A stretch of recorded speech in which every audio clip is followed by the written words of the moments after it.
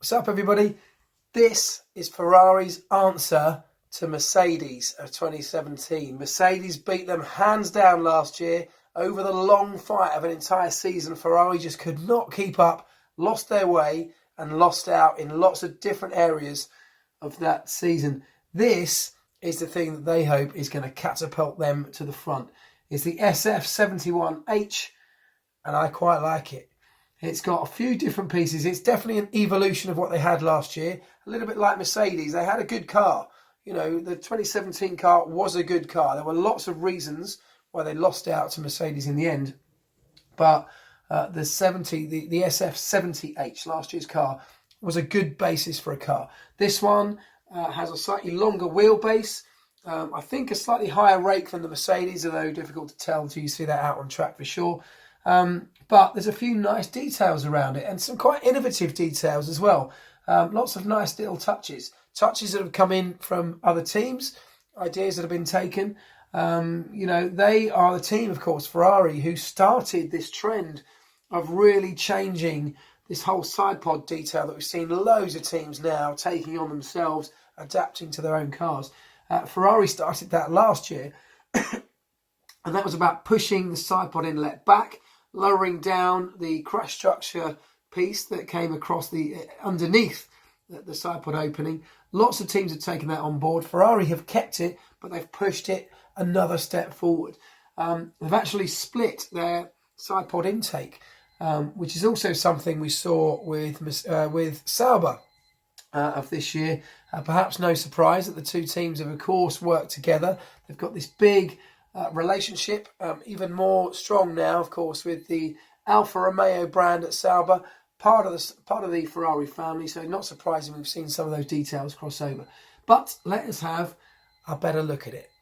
Right then, from the front end, we've got a front wing which is similar in lots of ways to last year. As I've said lots of times in these videos now, I'm not too worried about them because they just change so much, particularly over the first few weeks of testing and even before we get to the first race. Let's look at the nose then. Still a thumb nose. Underneath here, and I've got another picture that will show you better in a moment, they have got 3 or 4 vertical turning vanes, or slotted pillars, if you like, wing mounts, running off the back of this red painted wing mount that you can see on the front. Very, very similar to the solution that McLaren came up with for last year. So that's definitely an idea that's been taken from McLaren and applied to this Ferrari in the new design. You can see from this, if you saw the Mercedes video that I did, talking about the way that Mercedes have really adapted their top wishbones on the front suspension, moved them very, very high up to the top of the chassis, even moved the outboard end up on extension arms out from the upright. Ferrari have gone the opposite way, or much more conventional way. So much lower wishbones, mounted directly to the top of the upright, inside the wheel rim, if you like. The whole thing's lower, much closer to the lower wishbone. And what they are trying to do, which Mercedes are not trying to do, Mercedes are trying to channel lots of air through the big gap that they have between top and bottom wishbone to get through and off to the side pod inlets. What Ferrari are doing here is actually taking their airflow for the radiator ducts at the side pods from all the air that comes above the top of their front suspension. They've got a big sort of vane on the side of the chassis here, quite high up, a sort of downward facing winglet, which is taking all of this airflow above the front suspension and then guiding it down into the side pods and also down underneath and around off to the back. So just two different ways of looking at the same problem, essentially. Two different, completely different concepts. And all of this detail around here, lots and lots of slots, vertical strakes, vertical turning vanes along the bottom of the chassis and through the bargeboard area. Again, all designed to help guide that airflow. Really high-speed airflow this is we're talking about here, that comes through the front of the nose. The underside of the nose is channeled out as it hits the front of the chassis, splits it out either side through these vanes, creating little vortices, energizing the airflow, which spins it off, attaches it to the side of the chassis and follows the contour of that chassis around towards the back. The larger planes around the side here are all deflecting some of this front tyre weight from going anywhere near the side pods, because that just upsets the speed of the airflow that needs to get into this very small opening. And it is a small opening on the Ferrari here. Now, what they have done though is split it. There's more than one opening. There's another opening behind this, which will be used for another part of the cooling system. I can show you a photograph of that in a moment. But so, you know, very much an evolution of what they had last year, but very different, crucially, I think, to the way that Mercedes have gone. This is, I guess, a much more conventional setup. Mercedes have gone a very different route. Most of the other teams now are sort of copying or leaning towards the Ferrari kind of idea of having a low front suspension, a very high radiator opening, and a slim, small radiator opening, narrow as well, taking their airflow from up here, whereas Mercedes have really gone to try and open up this gap and get the airflow coming through here and direct it up. Very narrow side pods, much narrower than the team had last year. Again, just another area of efficiency in aerodynamics that the team have managed to get hold of there. This is one of the official launch pictures for Ferrari today, and this just shows you in a little bit more detail these vertical strakes here that we saw, as I talked about before, on the McLaren. As a small sort of, as a kind of cape, a little bit like the Mercedes, but actually a different way of doing things. And again, all working in conjunction with this idea of the vertical slot gaps through here, controlling and spinning up the airflow, energizing the whole thing as it starts to come through this area, through these bargeboard areas here, into the cooling slots of the side pods and off through these little, again, lots of little slot gaps here, spinning up the airflow as it heads off towards the rear of the car, where it works really hard through that diffuser. So you get a nice view here of this very different side pod air intake, where you can see there's a very split channel down the middle, two separate intakes. And again, this is something we saw on the Sauber, perhaps unsurprisingly. This is that big sort of horizontal vein, slightly downward facing. Almost looks like you'd imagine that would give you lift because of the way that it's facing. But actually, it's about taking the airflow that's coming over the top of this suspension and guiding it down towards this opening in the side pod and down around under the undercut and around towards the rear. Much less white on the livery, by the way, this year, of course. It's a much redder car, isn't it? Let me know what you think of that. I mean, I think my view is all Ferrari should be red, so I quite like it. This just shows you these little vertical slots, these vertical veins, and some of the detail around this bargeboard area. Quite high bargeboards on this Ferrari. And this is the extra vent, the extra intake that I was talking about behind the main intake that sits in the front here. This is another one that will run off to another cooler inside here, using this sort of horizontal vein here to channel the airflow into it.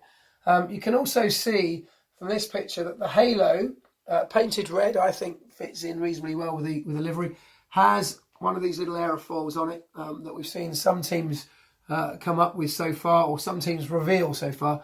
I actually think pretty much everybody's going to end up with that on their car, because that little tiny aerofoil there is the only thing you're really permitted to do within the regulations around the halo, but could be critical in channeling the airflow, the turbulent airflow off this pretty unaerodynamic halo and getting it into this air intake up above the driver's head.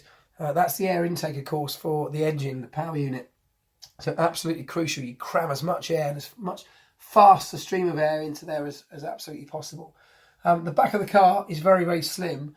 I have another picture to show you that in a moment. So the Coke bottle area that I've talked about in some of the other videos, Mercedes have quite a tight, narrow Coke bottle area. But just have a look at this. Just look at that overhead shot of this Ferrari, how slim that is at the rear end. One of the slimmest I think I've seen, certainly this year, I think perhaps for some time. That is really, really neat and tidy. It's highlighted slightly because there is a bit of bodywork here that's painted black, or probably unpainted carbon rather, and the red lines of the paint look like it slims in a little bit more than it does. But even so, that is a very neatly packaged aerodynamic solution to still cram all of that technological equipment that they need from the gearbox and powertrain underneath there, to fit it into that very tight space is quite an achievement, I have to say. It gives you so much floor area on either side to use to channel this airflow coming around these side pods and through off to this diffuser at the back end here. So very, very nice. They've gone for a twin wing pillar solution here, whereas Mercedes, for example, have gone for a single pillar on theirs. They have got a T-wing, I think one of the largest T-wings we've seen at this stage. Again, that'll be a device that changes quite frequently over the coming weeks. Okay, now this is a really good picture because it shows a lot of detail. This shows you these various openings of the side pod, the cooling inlets. 1, 2, 3. These two, I think, are the main cooling inputs. This one, I suspect, I'm not sure if this is going to another radiator or actually being channeled further out towards the back of the car, just aiding the speeding up the airflow heading towards the rear. But certainly a split intake, which is something that we've seen on the Sauber, haven't really seen before on the Ferrari, not this open anyway. That's the little downward facing horizontal vane that's guiding the airflow towards this. These mirrors, they look slightly different, and that's because they are. And what Ferrari have done here is opened up, mirrors are this shape. Mirrors, as you know, are just a flat piece of mirrored glass, but they put them in this shroud, this housing, to give it a less of an aerodynamic impact, to minimise the aerodynamic losses that you would otherwise have. You have to have the mirrors on the car, it's part of the regulation. They have to be a predetermined size, that's also a regulation. So what Ferrari have done here is open up the back of this housing and put a kind of vane or a winglet inside it. Now, it's going to have a very small effect, this. But look, Formula One teams are looking for any effect, any advantage they can find, no matter how small it is, they'll take it. And this is not about generating downforce through this tiny little slot and this winglet here, but it's about channeling airflow.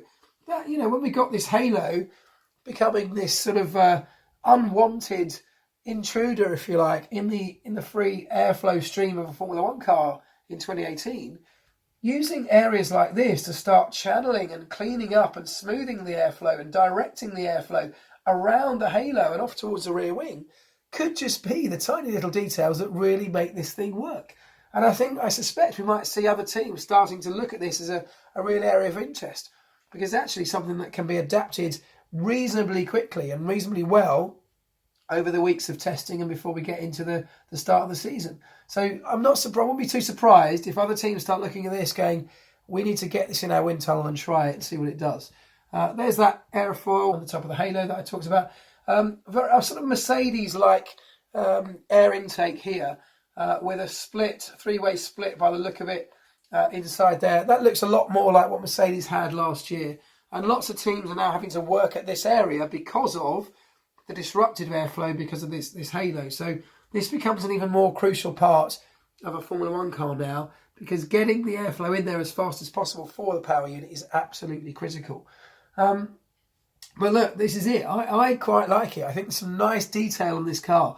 Again, nothing that's too big a departure from last year, but then last year's car was kind of revolutionary in itself for Ferrari. So they've taken some of those concepts and pushed them even further.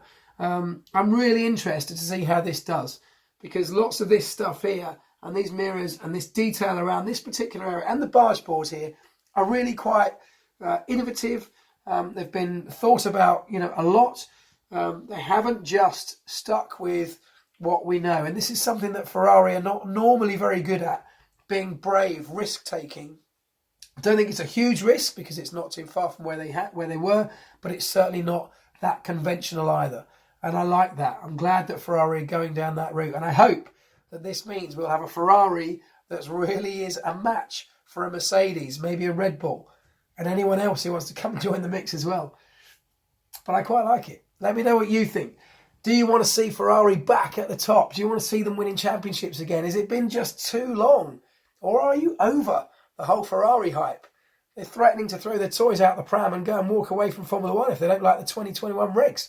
What do you think on all of that? Let me know. Please like the video if you've enjoyed it. Subscribe to the channel because I'll be covering all the cars, testing, and I'll be off to Australia at the end of March for the Grand Prix as well. I'll be bringing you updates from there. So please do hit that subscribe button, turn your notifications on, and you won't miss another video. But for now, thank you very much for watching.